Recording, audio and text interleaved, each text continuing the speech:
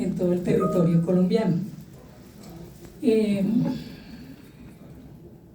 Presentación, gracias.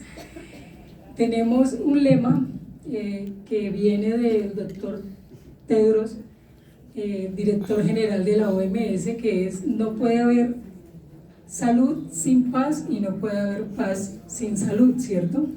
Entonces, cuando hablamos de eliminar la violencia, por ende entendemos que existe una paz total, ¿no? Un pueblo donde no haya violencia es un pueblo pues lleno y abundante en paz. Entonces, este enfoque holístico de los profesionales de enfermería y de su preocupación por el bienestar de las personas es también un puente hacia la paz a través de su trabajo. El personal aborda las causas profundas de la mala salud y los factores de riesgo que conducen a los conflictos, porque no solo atendemos la enfermedad de los pacientes, físicas, mentales, sino también abordamos todos los desencadenantes que lo llevaron a estar en esa condición de salud o en esa afectación de salud, ¿cierto? Y también pensamos en como que planeamos los riesgos además a futuro de lo que puede pasar en el momento por el que está atravesando pues las personas o las comunidades, ¿verdad? Siguiente. Bueno, esto es desde la enfermería basada en la evidencia. Nosotros, el ejercicio nos obliga día a día a revisar el estado del arte. Hicimos una revisión minuciosa donde encontramos en muchos sitios del mundo la preocupación por la violencia directa sobre el personal de salud y trajimos directamente sobre las enfermeras. Entonces hay estudios en Arabia Saudita, en el sur de Tailandia, en Centroamérica, en Suramérica, en Brasil hay una situación también bien especial y pues encontramos que de hecho en Colombia hay unos subregistros y pocas investigaciones realmente documentadas frente al tema de la violencia en los trabajadores de la salud. Siguiente, por favor. Bueno, entonces, como antecedentes, ¿quién no conoce el burnout? Todos, ¿cierto? Todos hemos escuchado hablar, lo hemos vivido, hemos aprendido a tolerarlo y a convivir eternamente con él finalmente, y solo pensamos en el día de pensionarnos para no volver a estar al frente de ningún factor que nos estimule, ni un estado mental, ni un estado físico que nos dañe la paz, ¿no? Por lo menos la paz interior, desde el trabajo. Bueno, entonces la violencia en el lugar de trabajo, en todas sus formas, contribuye a la ansiedad, ¿cierto? Empezamos con estados ansiosos, es lo primero, que hoy en día la ansiedad ya está clasificada como una enfermedad más, independiente a que no tengan intentos de suicidio o independiente a que nadie le dé el diagnóstico. Uno ya sabe, uno dice estoy ansioso porque hoy tengo turno con X personaje que todo el tiempo quiere maltratarme, ¿cierto? Entonces, y yo todo el tiempo no me quiero dejar, entonces empieza la ansiedad, hoy cómo no me dejo, ¿cierto? O cómo evito todas esas situaciones, ¿cierto? Después entonces entramos en depresión, ¿no? La depresión o el trastorno de estrés postraumático en el peor de los casos, y así como la insatisfacción laboral finalmente, que cuando uno ya dice, sí, ya de verdad me quiero pensionar, ya no es mi hobby, ya no me levanto todos los días con ganas de ir allá a donde algún día quise desde pequeña estudiar y ser alguien en la vida, y entonces después dice, no, ya no quiero ni volver por allá. Entonces llegamos finalmente a eso, a una insatisfacción laboral. Entonces las tendencias de violencia peligrosa en el lugar de trabajo son un factor que contribuyen a que el 55% de los trabajadores, la mitad más uno gana, ¿no? En cualquier votación, y ya vamos en el 55% de los trabajadores de la salud se sientan agotados, y a que el 18% de las enfermeras recién tituladas, nuestras egresadas de todas las facultades, que salen con mucho vigor a ejercer la profesión, entonces ya se encuentran con una ansiedad y unos deseos inmensos de abandonar la profesión durante el primer año. Además, sumado a esto que tenemos unas condiciones de crianza y culturales que han propiciado también estos porcentajes, ¿no? Entonces ya no aguantan todo el voltaje que aguantamos generaciones anteriores, ¿no? De trabajar bajo presión, bajo estrés, en condiciones pésimas, sin materiales, sin recursos, hasta sin techo, como mostraban en las charlas de esta mañana, ¿no? En una carpa, y ahí fuimos a trabajar y nos ponemos la camiseta, porque también estuve con Médicos Sin Fronteras andando el monte, también fui a hacer rural lejos, en el Bichada, en el Guaviare.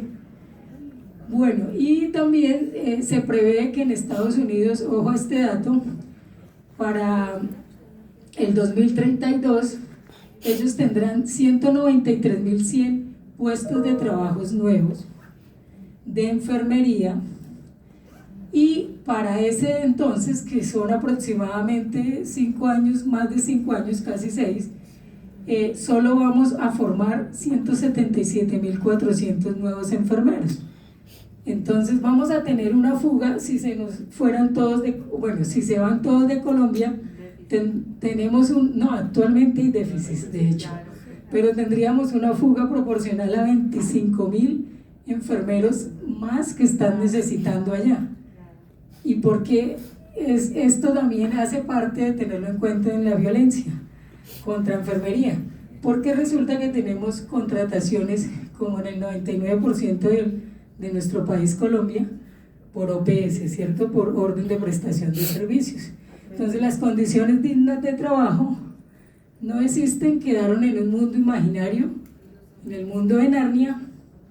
Estamos logrando y trabajando para que desde alguna reforma laboral, en salud, en el título que sea, en el capítulo que sea, de la reforma que sea, por favor queden incluidas las condiciones dignas de trabajo. Nosotros desde el Consejo intentamos, a través de la Política Nacional de Enfermería, el plan decenal que nuestra compañera Fabiola esta mañana preguntaba, nosotros intentamos que el convenio 149 de la OIT por lo menos lo ratifique Colombia. ¿Por qué? Porque queda un saludo a la bandera desde Europa. Y decimos, Colombia dice, sí, ese existe. Ese toca aterrizarlo algún día en nuestro territorio. Pero algún día llegará la voluntad de una comisión séptima del Senado que nos diga, sí pasó, sí queda ratificado. Y si quedara ratificado, pues las condiciones laborales y de vida de nuestras enfermeras en Colombia cambiarían significativamente. Bueno, siguiente. Aquí va a ser una pausa. Yo ya me había presentado, pero este es el grupo que trabajamos día a día como una hormiguita. Nuestra presidenta Juana Borja González, ella es directora actualmente del Departamento de Enfermería de la Universidad de Barranquilla, trabaja en Barranquilla en la universidad como decana de la facultad, es egresada de la Universidad Nacional como enfermera, es magíster en enfermería con énfasis en salud cardiovascular y PhD en educación. La vicepresidenta, tanto Juana como Claudia, son de ACOFAEN, son las dos representantes por ACOFAEN. Claudia Patricia Bonilla Ibáñez, enfermera, magíster en enfermería con énfasis en salud cardiovascular y PhD en enfermería. Yo que soy la secretaria técnica, tengo una especialización en gerencia del talento humano y una maestría en docencia de la educación superior, y actualmente soy enfermera asistencial de las pocas plantas que existen en Colombia y aquí en el distrito de Bogotá, concurso 2005 de la Comisión Nacional. Y nuestra compañera Blanca Alpidia Riveros, enfermera especialista en cuidado crítico, magíster en educación, docencia universitaria, PhD en bioética, y es la vicepresidenta de ANET seccional Cundinamarca, y actualmente es profesora de bioética en la Universidad Andina.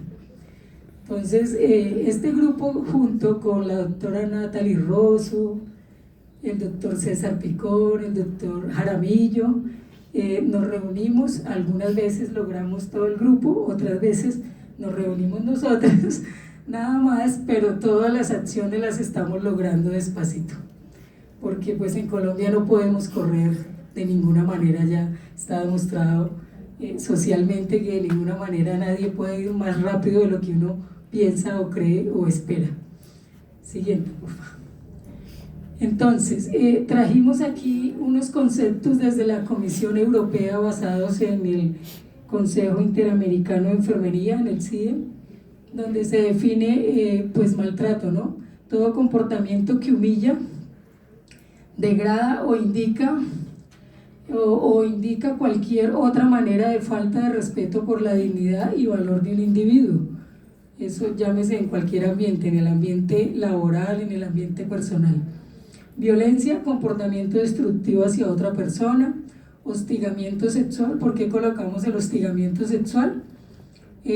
Pues teniendo en cuenta que enfermería, tal vez el 95% de nuestra profesión somos mujeres y tal vez un 5% son hombres, pero no quiere decir que ese 5% ejerza hostigamiento sexual con sus compañeras o colegas, pero sí encontramos datos, puede que estén sesgados, pero sí encontramos datos que todo un equipo de salud, de alguna manera, los hombres pertenecientes a los equipos, algunos con sus trastornos mentales por la sexualidad, pues terminan hostigando a nuestras enfermeras.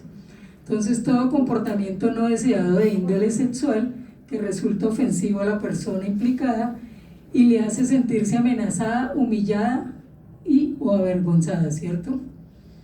Y obviamente el tema de violencia laboral, incidentes en los que el personal sufre abusos, amenazas o ataques en circunstancias relacionadas con su trabajo que ponen en peligro o implican explícitamente su seguridad, su bienestar o su salud, y no solo por el grupo incluso interno de trabajo, sino también por familiares, pacientes, actores desconocidos, como esta mañana alguien dijo, llegan los de personería o los de la veeduría al turno a los hospitales, primero ni se presentan ni saludan, pues claro, poseen una inmunidad que entro como actor oculto, pero terminan no siendo ocultos, sino terminan maltratando en algún momento al personal que está de turno. Entonces, adivine qué suele pasar. Si está la enfermera, entonces regañan a la enfermera, porque esto no está aquí, porque esto está así, porque está desbaratado, porque no atienden, pero nunca van y regañan a otro personal, además de sexo masculino del equipo, pero siempre van porque la enfermera está 24/7 en el piso, ¿cierto? En el servicio. La enfermera es la que está de frente al paciente, a los problemas, a la institución, a los medios, entonces es el punto bandera para ir a maltratar. Bueno, siguiente. Esto es resumiendo la política nuestra, la política o el Plan Nacional de Enfermería 2022-2031, 10 años. Tenemos 3 líneas estratégicas desde las cuales trabajamos. La primera es unas condiciones laborales, mejorar nuestras condiciones laborales, ¿no? Y no quiere decir tener 2 o 3 empleos para poder algún día irnos de viaje. Quiere decir tener empleos dignos, con condiciones dignas laborales, un salario digno, un descanso digno, unas vacaciones dignas, ¿cierto? Entonces, ¿qué intentamos? Una institucionalización de la tolerancia cero en el clima organizacional. Y aquí volvemos a hacer énfasis, no vamos a mitigar nada. No tenemos por qué tener de bandera ese término. La violencia tiene que ser cero. ¿Quién dijo que uno va al trabajo para que lo maltraten o lo violenten? O sea, eso no cabe en el cerebro, por lo menos de nosotros desde el Consejo, y nuestras enfermeras eso no cabe, jamás, ni le vamos a dar cabida, no estamos de acuerdo además. Bueno, y eso solo lo logramos haciendo estas mesas de trabajo, tal vez a nivel institucional, organizacional, llamando al gerente, al director de talento humano, al director digamos que el área hospitalaria, que es el que tal vez tiene más quejas sobre violencia directa sobre su personal asistencial. Tenemos una segunda línea estratégica que es educación en enfermería y calidad en la formación. Nos basamos en el fortalecimiento de las competencias del personal para la acción proactiva. ¿Esto qué quiere decir? Que les vamos a orientar y nos tenemos que empezar a colocar en el chip que tenemos las enfermeras, es que nos vamos a blindar jurídicamente y vamos a tener un apoyo integral ante el riesgo profesional. Entonces, sí o sí tenemos que empezar a denunciar, porque muchas agresiones se quedan solo en los comentarios de pasillo. Es que el neurocirujano vino y nos insultó a todas las que estábamos en turno. Y es que el gerente, una vez en el rural mío fue, al día siguiente de un fin de semana chévere en un pueblo donde todos toman, rumbean, bueno, y demás. Llegué a turno y me dicen, jefe, es que a las 2 de la mañana vino el gerente del hospital y a todos nos insultó y nos sacó del piso. Y queda uno, qué bonito, ¿no? Si eso es la cabeza, ¿cómo será el resto? ¿Cierto? Piensa uno por un instante. Pero hablábamos hoy de que, ¿y quién sabía que tocaba reportarlo? Si eso no hay promoción, para eso sí no hay promoción ni en el Facebook, ni en Instagram, ni en internet básico, ni en nada, en ningún lado, ¿cierto? Pero hoy en día eso es lo que vamos a hacer. Yo de hecho le digo a mis estudiantes, todas las dudas que tengan, googleenlas, no pasa nada. Vaya, pregúntenle a San Google a ver qué dice San Google, ¿cierto? De pronto nos da más dudas o de pronto nos saca de la duda. Entonces, eso también deberíamos desde la academia enseñarlo. Ahorita en el almuerzo hablaba con la doctora, la decana de la Universidad de Tunares, sí, de la Facultad de Salud, que debería sí o no, o sí, pues pienso más que no porque no conviene, ¿no? Pero sí debería haber una cátedra sindical. Que no nos guste a todos los estudiantes que estemos viendo la cátedra es respetable. Pero conocer la verdad no quiere decir que yo me case con ella o que vaya y la profese de pueblo en pueblo, pero hay que conocerla. Es un derecho fundamental a conocer desde la cátedra sindical a qué tengo derecho. Por ejemplo, tengo derecho a blindarme jurídicamente cuando tienen agresiones verbales, físicas contra mí, desde mi trabajo, desde mi área social, desde cualquier escenario. Bueno, y una tercera línea que es de autonomía y liderazgo en enfermería. Esa desigualdad en el liderazgo está evidenciada en que en todas las instituciones de salud el personal femenino es mayoritario, ¿cierto? O sea, uno llega a una EPS y tal vez el 30% son hombres y el 70% somos mujeres. Y somos, de hecho hace poco dijeron, las mujeres somos la fuerza más grande del trabajo, ¿no? O sea, ya en datos y en porcentajes. Dale siguiente, por favor. O las mujeres no lloran, las mujeres facturan. Eso, además, desde Shakira cuando nos dijo, no llore, póngase a facturar nomás. Bueno, entonces, hablando de la tolerancia cero, eso también nos da un techo, ¿no? Un techo de cristal. ¿Por qué? Porque sí o sí necesitamos, miren las cifras nada más, entre el 8% y el 38% de los trabajadores de salud sufren violencia física en algún momento de su carrera. Las instituciones que aplican tolerancia cero, en lugar de mitigación, volvemos al tema, reducen los incidentes recurrentes en más de un 60%. Y no se lo inventa Colombia, ni el Consejo Técnico Nacional de Enfermería. Lo estudió, lo analizó y lo dejó plasmado la Organización Mundial de la Salud. La prevalencia del hostigamiento sexual. Se reportan cifras alarmantes de acoso sexual contra enfermeras en diferentes regiones, 90% en Israel. Por allá donde dice uno, por allá todos los días hay guerra. Y no solo guerra física, mire, guerra contra el equipo de salud, guerra contra todo el mundo. En Estados Unidos un 69%. Un 76%, perdón. En el Reino Unido un 69%. Y dice uno, países tan estudiados, ¿no? Tan bien educados. Pero concebir la violencia es un acto de ignorancia, creería yo. Eso viéndolo desde la prehistoria, ¿no? Cuando Caín mató a Abel por pura ignorancia, por un deseo, ¿no? Y no más. En la India un 64% también. ¿Y qué concluyen? Cerca del 90% de la fuerza del trabajo global en enfermería es mujer. Y ahorita hablábamos de un 95%, o sea, no estamos lejos tampoco del dato mundial. El abuso verbal es la forma de violencia psicológica más extendida, alcanzando niveles hasta del 39.5% en países de la región como Brasil, lo que establece un precedente directo para el entorno colombiano. El Consejo Técnico Nacional ha identificado que el temor a represalias y a la falta de mecanismos confidenciales mantienen esta brecha. Nos comparamos con Brasil porque somos comunidades latinoamericanas y finalmente sí nos da miedo denunciar.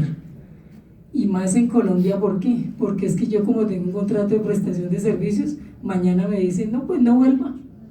No vuelva si su compañero la está usando, pues no vuelva mejor. Busque empleo en otro lado. De pronto hay una institución que la contrata con todo lo de ley. Puede pasar, ¿cierto? De pronto son las respuestas más acertadas que encuentra una persona que denuncie, ¿no? Entonces, la Asociación Estadounidense de Enfermeras estima que solo se registra entre el 20 y el 60% de los incidentes. ¿Dónde queda ese entre 40 y 80%? Quedan las personas que aún les da miedo denunciar, o no hay formas o canales para hacer el reporte también adecuados. Siguiente, por favor. Bueno, entonces volviendo al techo de cristal y la desigualdad en el liderazgo. Aunque las mujeres representamos el 70% de la fuerza laboral en salud a nivel mundial, solo ocupan el 25% de los roles de liderazgo senior, o sea, solo alcanzamos el 25% de toda esa fuerza laboral, llegamos a ser directoras, coordinadoras de equipo, secretarias de salud, ¿cierto? Pero no recuerdo si hay ministras de salud así por cantidades aquí en Colombia, no, ¿cierto que no? De pronto una secretaría de salud departamental, tampoco recuerdo secretarias de salud distrital así como muy populares y como por docenas, tampoco.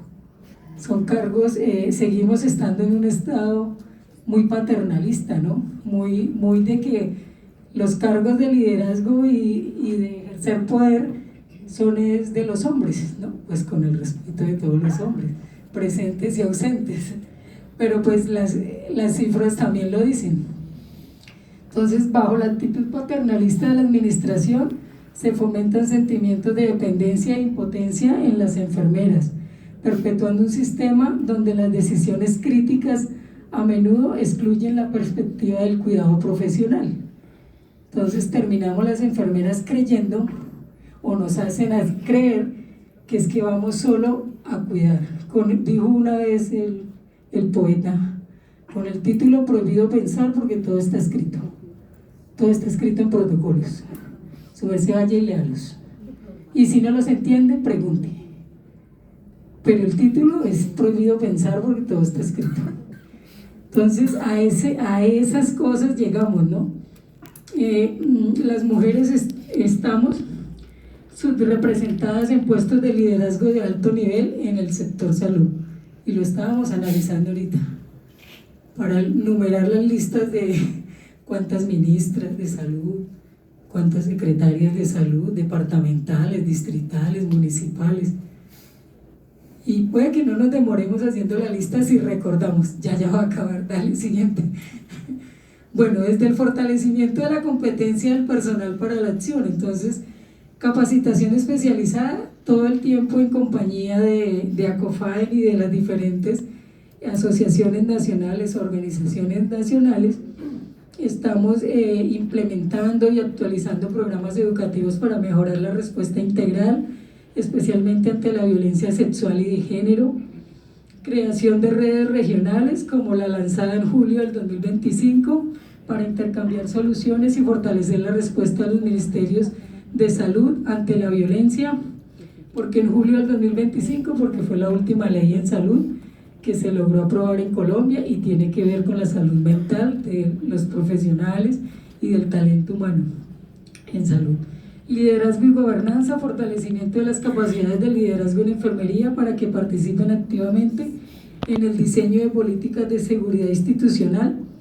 Aquí hay un aviso parroquial, estamos terminando de diseñar un proyecto de ley para la práctica avanzada y las competencias ampliadas en enfermería. Cuando nos vamos a graduar de enfermeras, entonces prácticas avanzadas y competencias ampliadas cuando ya estamos graduadas y hacemos una especialización que tenga que ver con el ámbito clínico. Hoy, hace poco, acaban de aprobar el pago para los residentes, internos y demás. Claro, valioso. Es lo que Colombia necesita. Y no solo para los médicos, no solo para la medicina, para la enfermería también. Lo necesitamos, como para otras especialidades que pueden, y otras profesiones que pueden copiar el modelo y adherirse a la igualdad, ¿no? Al derecho a la igualdad. Siguiente, por favor, ya vamos a acabar. Bueno, entonces hablando del blindaje jurídico y el apoyo integral ante el riesgo profesional, entonces nosotros estamos en constante creación de estructuras de apoyo eficaces. Como somos un organismo de consulta, asesoría y direccionamiento, entonces tenemos un asesoramiento jurídico, un asesoramiento emocional y un seguimiento individualizado a las víctimas de violencia laboral, los pocos casos que llegamos pues que podemos manejar y que son conocidos, ¿no? Sistemas de alerta y respuesta tecnológica, el 39% de las instituciones cuentan actualmente con protocolos de seguridad actualizados. El blindaje integral requiere botones de pánico, cámaras de seguridad y sistemas de alerta temprana. Muy bonito en el papel, muy bonito en la norma, pero ninguna institución que yo conozca de las 4 de aquí de Bogotá, Distrito Capital, no lo implementa desde seguridad y salud en el trabajo. Tampoco lo negocia en pliegos sindicales, que es más vergonzoso todavía. Tenerse uno que parar y decirle al gerente, venga, pero es de ley. Ni lo aplica por la ley, ni lo aplica por un acuerdo sindical tampoco. ¿Por qué? Porque crear botones de pánico, eso vale un montón de plata a la institución. O yo no sé si será la única en la mía que no hay botones de pánico y en todas las demás sí habrá, pero no conozco todavía. ¿Qué más tenemos? Y programas de retención y bienestar. La métrica muestra que el 91% de las enfermeras exige entornos seguros para permanecer en la profesión. El apoyo integral incluye descansos tras eventos traumáticos y rotación de personal en áreas de alta conflictividad. Ya conocemos las respuestas. Rotamos a la gente porque están emproblemados en el servicio, no por cuidarlos, sino por rotar el problema a otra área. ¿Sí o no? No estoy mintiendo.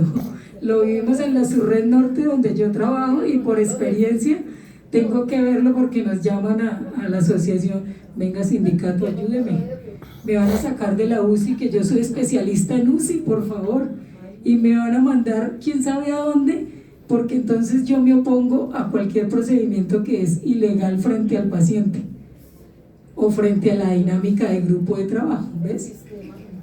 ¿Listo? Sigue, por favor. La última creo que queda. Bueno, entonces, la violencia verbal y física en el lugar de trabajo es un fenómeno generalizado, tanto en hospitales como en la comunidad, e incluso durante la pandemia por COVID-19 lo vivimos las trabajadoras y trabajadores de la salud, que hubo agresiones físicas, y unas poco fatales y otras fatales, ¿no? Este problema se ve agravado por la falta de sistemas eficaces de denuncia, el miedo a las represalias y la tendencia a considerar la violencia como algo inevitable en el trabajo. Y endosado, una actividad más, soporte la violencia dentro de sus actividades contractuales y laborales. Las características de los profesionales, los pacientes, el entorno laboral y los factores organizativos influyen en la propagación de la violencia en el lugar de trabajo, determinando su naturaleza multifactorial. O sea, es real, no es mentira, no existe un ambiente de salud donde se trabaje sin violencia. Porque si empezamos a hablar urgencias, es un servicio altamente violento por todos los actores, por el estrés, por todo. Los programas integrados y multimodales para prevenir y gestionar la violencia laboral son probablemente la única manera de contrarrestar eficazmente la violencia contra el personal de enfermería. Ahí es un tip, siguiente, por favor. Los responsables políticos del sector sanitario, así como los gestores de hospitales y servicios comunitarios, deben prevenir de forma proactiva, gestionar eficazmente y supervisar los episodios de violencia. El personal de enfermería debe sentirse protegido y salvaguardado frente a cualquier forma de violencia verbal o física para poder brindar una atención de alta calidad en un entorno totalmente seguro. No olviden, sin paz no hay salud y sin salud no hay paz. Creo que era la última, sí, ya la bibliografía. Muchas gracias por escucharme, no dormía nadie. Gracias.